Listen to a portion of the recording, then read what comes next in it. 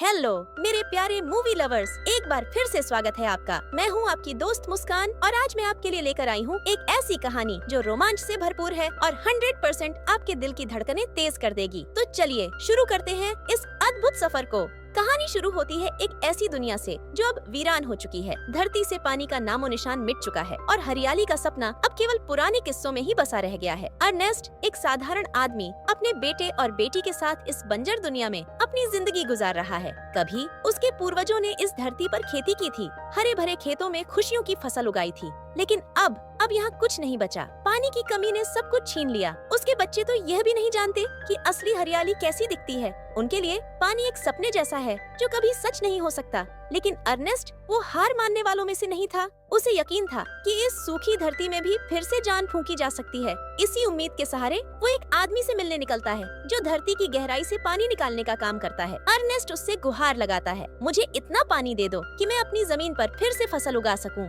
लेकिन वो आदमी ठंडी सांस लेकर कहता है, इतने पानी का इंतजाम करना मुश्किल है और अगर कर भी दूं तो इसकी कीमत इतनी होगी कि तुम्हारे बस की बात नहीं। अर्नेस्ट की आंखों में निराशा की एक लहर दौड़ जाती है। कंधे झुके हुए, मन में भारीपन लिए, वो अपने बेटे के साथ घर की ओर लौटता है। लेकिन तभी रास्ते में उसके खच्चर की टांग टूट जाती है। वो बेजुबान जानवर अब चल नहीं सकता। मजबूर होकर अर्नेस्ट को उसे मारना पड़ता है। उसकी आंखों में दर्द और गुस्सा दोनों झलकते हैं। लेकिन इस कठोर दुनिया में उसके पास कोई और ऑप्शन नहीं था। घर पहुंचकर वो अपनी बेटी को देखता है जो रेत से बर्तन मांज रही होती है। हाँ, पानी की इतनी कमी है कि रेत से ही बर्तन साफ करने पड़ते हैं। यह देखकर अर्नेस्ट के दिल में एक और चोट लगती है। खच्चर खोने के बाद उसे एक नए खच्चर की जरूरत थी। इस बार वो अपने बेटे के साथ एक ऐसी जगह जाता है जहाँ रोबोटिक खच्चर बिक रहे थे। यहाँ एक बोली लग रही होती है और अर्नेस्ट किसी भी कीमत पर उस रोबोटिक खच्चर को खरीदना चाहता था। क्यों? क्योंकि रोबोटिक खच्चर को न खाने की जरूरत होती है न पीने की। लेकिन कहानी में एक ट्विस्ट आता है। फ्लेम नाम का एक शख्स भी उस रोबोटिक खच्चर पर नजर गड़ाए हुए था। जब अर्नेस्ट बोली जीत लेता है तो फ्लेम के चेहरे पर गुस्से की एक खौफनाक लकीर उभरती है। यह गुस्सा इस कहानी में तूफान लाने वाला था। अर्नेस्ट अपनी नई उम्मीद यानी रोबोटिक खच्चर के साथ अपने बेटे को लेकर अपनी बीमार पत्नी से मिलने अस्पताल पहुंचता है। उसकी पत्नी एक खास फ्रेम में बंधी होती है क्योंकि एक हादसे ने उसकी जिंदगी को कैद कर दिया है। अर्नेस्ट के पास इतने पैसे नहीं थे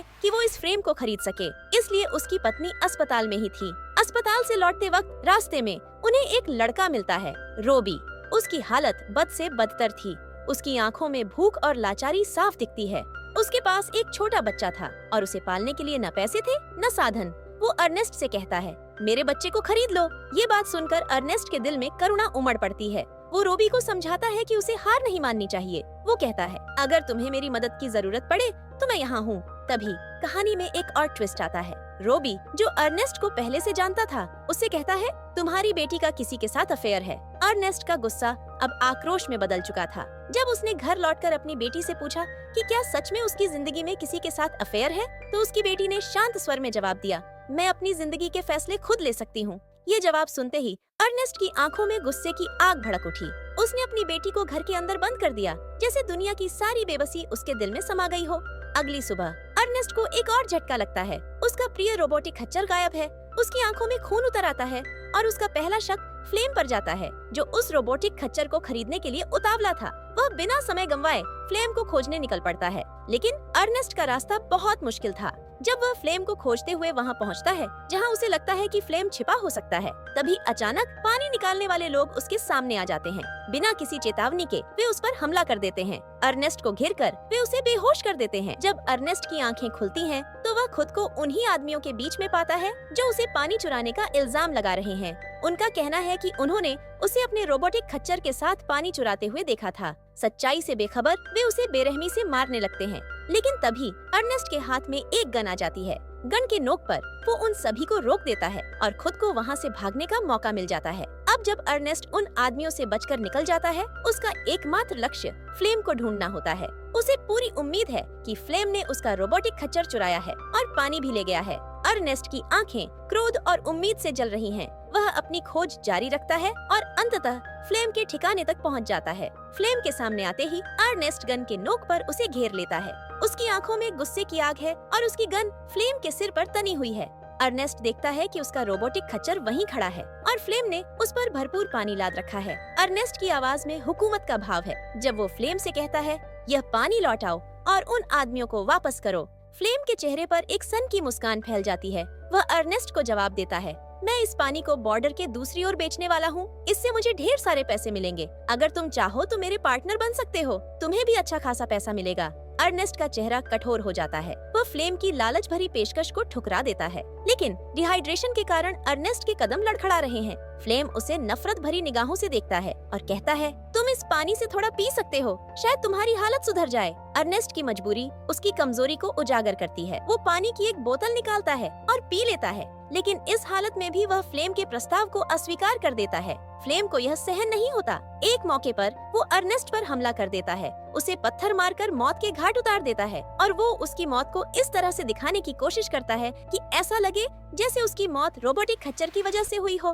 फ्लेम की योजना पूरी हो जाती है। वो अर्नेस्ट के घर जाता है और हमें पता चलता है कि अर्नेस्ट की बेटी का बॉयफ्रेंड कोई और नहीं बल्कि फ्लेम है। फ्लेम ने अर्नेस्ट की बेटी को बहला फुसलाकर घर छोड़ने पर मजबूर कर दिया।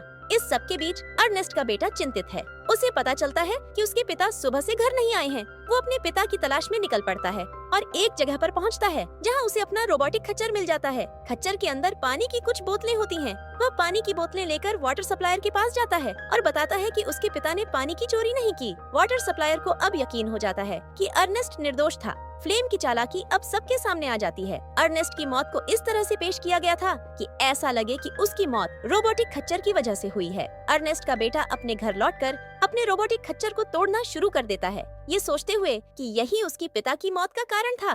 तभी अचानक फ्लेम वहाँ आ जाता है और उसे समझाने लगता है। वो दिखावे के लिए बहुत अच्छा बनने का नाटक करता है। फ्लेम उससे कहता है, मैं तुम्हारी बहन से प्यार करता हूँ और उससे शादी करना चाहता हूँ। तुम्हारे पास कोई और रास्ता नहीं है, इसलिए तुम्हें मेरी बात माननी ही पड़ेगी। अर्नेस्ट के बेटे के पास कोई ऑप्शन नहीं होता और वो फ्लेम की बात मान लेता है। इसके बाद फ्लेम उनके साथ रहने लगता है और उनकी जमीन पर खेती करने का फैसला करता है। फ्लेम वाटर सप्लायर के पास जाता है और सिंचाई के लिए पानी मांगता है। वो कहता है, अगर तुम मुझे खेती के लिए पानी दे दो तो मैं तुम्हें बहुत सारा पैसा दूंगा। वाटर सप्लायर मान जाता है और फ्लेम को पानी मिल जाता है। कुछ महीनों बाद उस जमीन पर फसल अच्छी हो जाती है। यह देखकर अनस का बेटा भी खुश हो जाता है और फ्लेम को अपनी बहन से शादी करने की परमिशन दे देता है। फ्लेम शादी के बाद बहुत खुश रहता है और सब कुछ सामान्य चलने लगता है। लेकिन एक दिन बैंक के कुछ कर्मचारी आते हैं और बताते हैं कि अनस ने अपनी जमीन पर बहुत सारा लोन ले रखा है। यदि लोन चुकाया नहीं गया तो बैंक जमीन पर कब्जा ले लेगा। फ्लेम को यह सुनकर गहरा दुख होता है क्योंकि उसने इस फसल को उगाने में बहुत मेहनत की है। फ्लेम पैसे का इंतजाम करने के लिए उस लड़के के पास जाता है जिसने पहले अपना बच्चा बेचने की कोशिश की थी।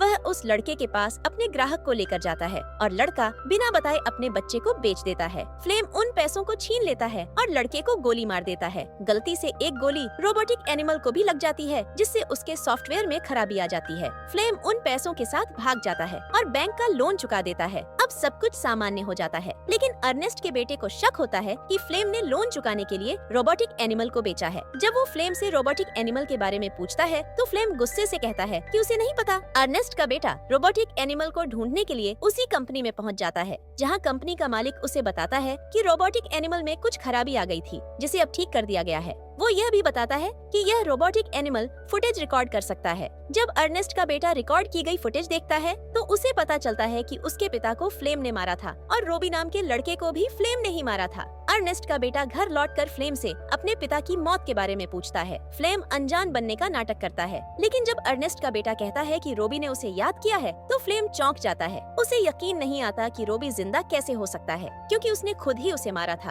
अगले दिन फ्लेम के पास रोबी का एक पत्र आता है जिसमें लिखा होता है कि रोबी परेशान है और उसे फ्लेम की मदद चाहिए। फ्लेम उस पत्र का जवाब देने के लिए उसी पते पर जाता है, लेकिन वो जगह इतनी खतरनाक होती है कि फ्लेम एक खाई में गिर जाता है। अर्नेस्ट का बेटा वहाँ आता है और फ्लेम को देखकर समझ जाता है कि पत्र रोबी ने नहीं बल्कि उसने लिखा था। अब अर्नेस्ट का बेटा फ्लेम को उसी तरीके से मार डालता है जैसे उसने अपने पिता को मारा था। इसके बाद अर्नेस्ट का बेटा अपने रोबोटिक एनिमल के साथ घर लौटता है और अपनी बहन को इस बारे में कुछ नहीं बताता क्योंकि वह गर्भवती होती है। समय बीतता जाता है और उसकी बहन समझ जाती है कि फ्लेम उसे हमेशा के लिए छोड़कर जा चुका है और इसी के साथ कहानी यहीं खत्म होती है। तो हाँ जी दोस्तों, कैसी लगी आज की धमाकेदार वीडियो? मजा आया ना? अब सोचो अगर आपको रोज रोज ऐसा मजा मिलता रहे तो क्या बात होगी। हाँ, आपकी अपनी मुस्कान आपके लिए हर दिन कुछ नया और शानदार लेकर आने वाली है, तो कहीं ऐसा ना हो कि आप ये मजा मिस कर दें। अभी के अभी सब्सक्राइब का बटन दबाओ और लाइक ठोकना तो बनता ही है ना? मैं जल्दी ही मिलूंगी एक और जबरदस्त वीडियो के साथ। तब तक के लिए हंसते रहो, मुस्कुराते रहो और अपना ख्याल रखना। Tata, bye bye.